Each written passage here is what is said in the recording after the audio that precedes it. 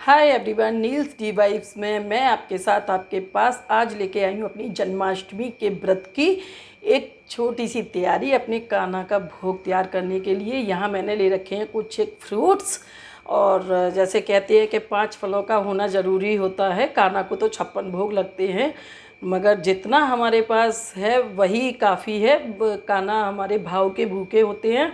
और यहाँ मैंने तैयारी की है वो आपको दिखा दूं कि ये ले लिया है मैंने मखाना, और ये ले लिया है मैंने पंजीरी के लिए आटा, और ये यहाँ पे मूंगफली के दाने ले रखे हैं, और ये है गोंद। इस गोंद का बहुत महत्व होता है और बहुत पौष्टिक होता है। ये पंजीरी में भी डाला जाता है, इसका पाग भी बनता है, और ये ज़रूर ही ज़रूर बनता है, चाहे कोई पूरे साल खाए या ना खाए इसको। लेकिन जन्माष्टमी के दिन ये दुकानों पे भी सजा मिल जाएगा। और इसी के साथ यहाँ मैंने लिए हैं ये बादाम, और ये काजू, और ये मेरी किशमिश, और ये नारियल कसा हुआ और कटा हुआ टुकड़ों में। ये कुछ बड़े टुकड़ों में कटा हुआ है, और ये थोड़ा थोड़ा ये छुआरे हैं, ये चिरौंजी है, ये इलायची। इसके बिना तो प्रसाद ही अधूरा है।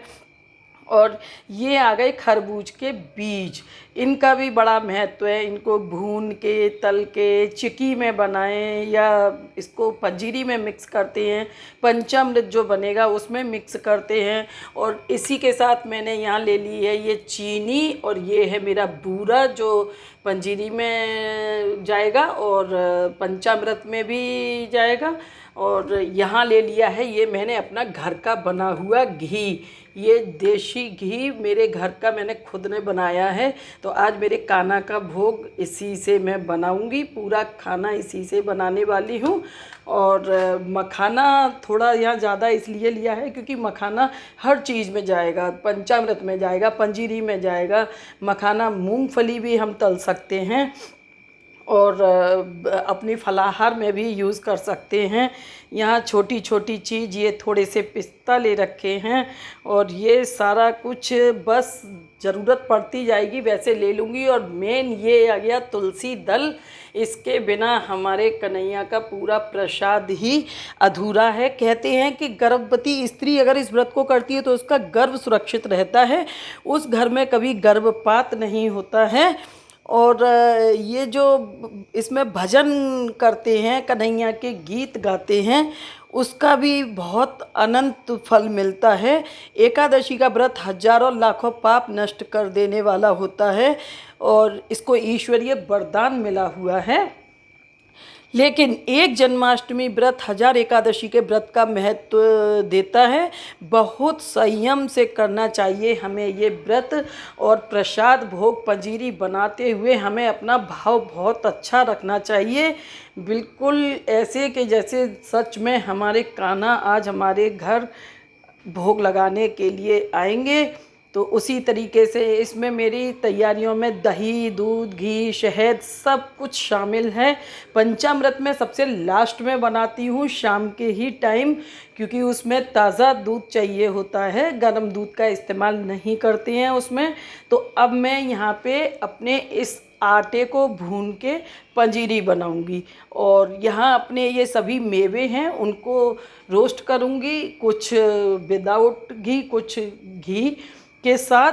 तो खरबूजे के बीज हैं, ये हमें घी में तलने की ज़रूरत नहीं होती है। मूंगफली को भी हम रोस्ट कर सकते हैं, और हमारे बादाम ये ज़रूर घी में जाते हैं, और काजू भी थोड़ा सा घी में ही अच्छा लगेगा। और अपनी अपनी टेस्ट है कि हम किस तरीके से इसको खाना चाहते हैं।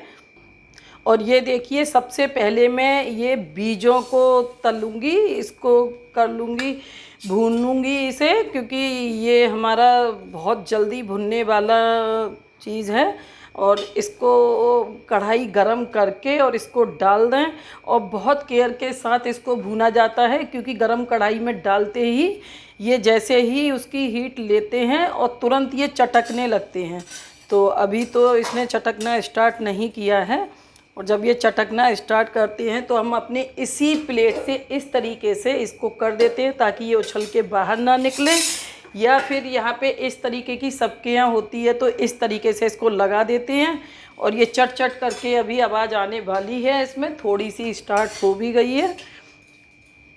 ये इसको बहुत केयर के साथ भूनना है, बहुत नाजुक होते हैं, अगर हम इसको चलाएंगे नहीं तो ये जलने का डर रहता है। और यहाँ पे ये थोड़ी थोड़ी आवाज़ आना स्टार्ट हो गई है। जब ज़्यादा गर्म होती है हमारी कढ़ाई एकदम चटक जाती हैं। कोशिश करें कि धीमे पे, थोड़ा टाइम लगेगा और चटकेंगे नहीं, चटक के हम जल भी जाते हैं कभी कभी।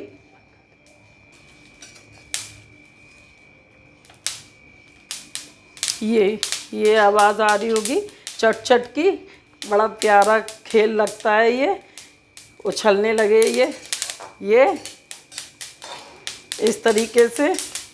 और बहुत हल्का गुलाबी होने तक ही इसको भूनेंगे, ज़्यादा नहीं, टेस्ट ख़राब हो जाएगा इनका। और इसी के साथ ही अब मैं इसमें मूंगफली को रोस्ट करूंगी और इसमें भी घी नहीं लगाऊंगी क्योंकि मुझे इसका छिलका उतारना है पूरा।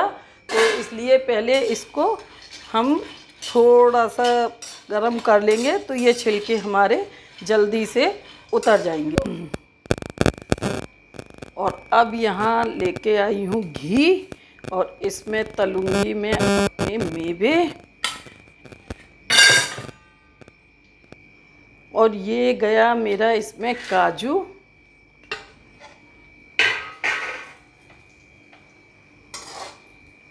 काजू बहुत जल्दी तल जाता है और मेवे तो सभी जानते हैं कि बहुत केयर से तलने वाली चीज़ है। और अगर इसमें ज़रा सा चूके तो कुछ जल जाते हैं और ऊपर वाले रह जाते हैं। तो इस तरीके से ये छनछनाते हुए, और ये गुलाबी होने तक ही मैं भूनूंगी इनको। और ये अब गुलाबी हो गए हैं तो मैं इनको प्लेट में निकाल लेती हूँ। और ये अब आ गया इसमें मेरा बादाम, इसे भी ये देखिए फुट फुट की आवाज़ इसमें है। ये जब हमारे छिलके वाले मेवे भुनते हैं तो ये छिलके इनके फटने लगते हैं, बड़ा केयरफुली इनको तलने की ज़रूरत है। और ये मेरे भुन गए हैं। अब मैं यहाँ पे तलूँगी अपने छुआरे। ये मैंने आधा करके गुठली निकाल रखी है इनकी, और इनको भी इसी तरीके से तल लेंगे। ये पहले से ही नरम मुलायम वाला छुआरा है जो दूध में डाला जाता है। और इसकी गुठली निकालने के लिए मैंने इसको काटा है और तलने के बाद ये और ज़्यादा टेस्टी हो जाता है। देखिए घी का कलर भी बिल्कुल चेंज हो गया है भुनते भुनते हमारे मेवे। और इसके बाद मैं इसमें लूँगी गोंद। अब मेन हमारा आने वाला है गोंद, और बहुत ध्यान रखना पड़ता है गोंद को तलने के लिए। और ये गया इसमें गोंद, और ये बहुत हमें अच्छे से तलना है। देखिए ये बहुत फूलने वाला है और घी को भी पीता है काफ़ी अच्छे तरीके से। इतने घी में मेरा काम मुझे नहीं लगता कि होने वाला है। और ये इस तरीके से इसमें देखिए फुटकियाँ आ गई। और हम इसे साबुत भी तल सकते हैं, जो बिल्कुल साबुत जैसा दिखाया था वैसा ही। और सबसे बेस्ट होता है इसका महीन चूरन सा बना लें और फिर इसको तलें, क्योंकि इसमें थोड़ा सा रिस्क रहता है कच्चे होने का। ये हमारे दांतों में लगता है, फिर किसी भी चीज़ में हम डालते हैं तो वो बहुत टेस्ट को ख़राब कर देने वाला होता है। इसलिए हमें इसे बहुत धीमे और बिल्कुल इस तरीके से फूलने तक, अगर हम साबुत तलने जा रहे हैं तो इसको बहुत आराम से और एकदम इसको देख देख के, और ये करकरा करकरा एकदम से बजने लगता है तब माने कि हमारा ये गोंद तल गया है। और बिल्कुल अपनी कलछी को रोकना नहीं है, क्योंकि ये तुरंत ही जल जाता है और जला हुआ गोंद फिर किसी काम का नहीं रहता, सारी चीज़ों के टेस्ट बिल्कुल ख़राब कर देता है। और ये हो गया यहाँ पे पिंक, और अब मैं इसे बहुत केयर से निकालने वाली हूँ। देखिए जिस चूरन की बात मैं कर रही थी गोंद का, इस तरीके से पीस लेना। और अब इसको देखिएगा अब एकदम वाइट हो जाएगा ये डालते ही तुरंत, और ये इस तरीके से फूलेगा। ये घी से थोड़ा ज़्यादा चाहिए, लेकिन मेरा घी ये ख़राब हो चुका है और मुझे अभी मखाने तलने हैं। मैं नहीं चाहती कि मेरे मखानों पे बिल्कुल कालापन आए, तो मैं इस घी को यहीं लगाना चाहती हूँ, इस गोंद में ही। और अब मेरा आ गया ये मखाना, अब हम इसे भी तल लेंगे। इसे चाहे तो आप डीप फ्राई भी कर सकते हैं, और मेरा तो तरीका यही है, मैं तो यही तरीका रखती हूँ, और बहुत अच्छे एकदम कुरकुरे हो जाते हैं ये। इन्हें हम नमकीन में भी यूज़ कर सकते हैं, फलाहार में यूज़ कर सकते हैं, भुनी हुई मूंगफली के साथ। जो लोग कम चिकनाहट पसंद करते हैं उनके लिए ये बहुत बेस्ट ऑप्शन है कि इसको मखाने को कम घी में तलना और भूनना। जब मखाना भुन गया है और इसको इस तरीके से, इसको किसी बेलन से या अपने मैशर से, ये मेरा लकड़ी का है, मुझे ये ज़्यादा इजी पड़ता है तो मैं इससे करूँगी। मखानों को इस तरीके से टुकड़े कर लें जैसे आप चाहें उसको। और अब आ गया हमारा ये गोंद। अब ये गोंद देखिए आप, फूला फूला गोंद जो दिख रहा है, ये इस तरीके से हमें बिल्कुल पीस लेना है, और एकदम ये पानी जैसा हो जाता है। तो ये यहाँ पे ऐसे करके पीस लिया, और ये हमारे पाक के लिए हो गई हमारी मेवा तल के भुन के तैयार। और इसी से अब मैं बनाऊंगी पंजीरी, और जो पाक बनता है मेवे का वो। और देखते रहिए आप लोग कैसा लगा मेरा ये वीडियो। प्लीज़ लाइक करें, सब्सक्राइब करें चैनल को, और बेल आइकन दबाना ना भूलें।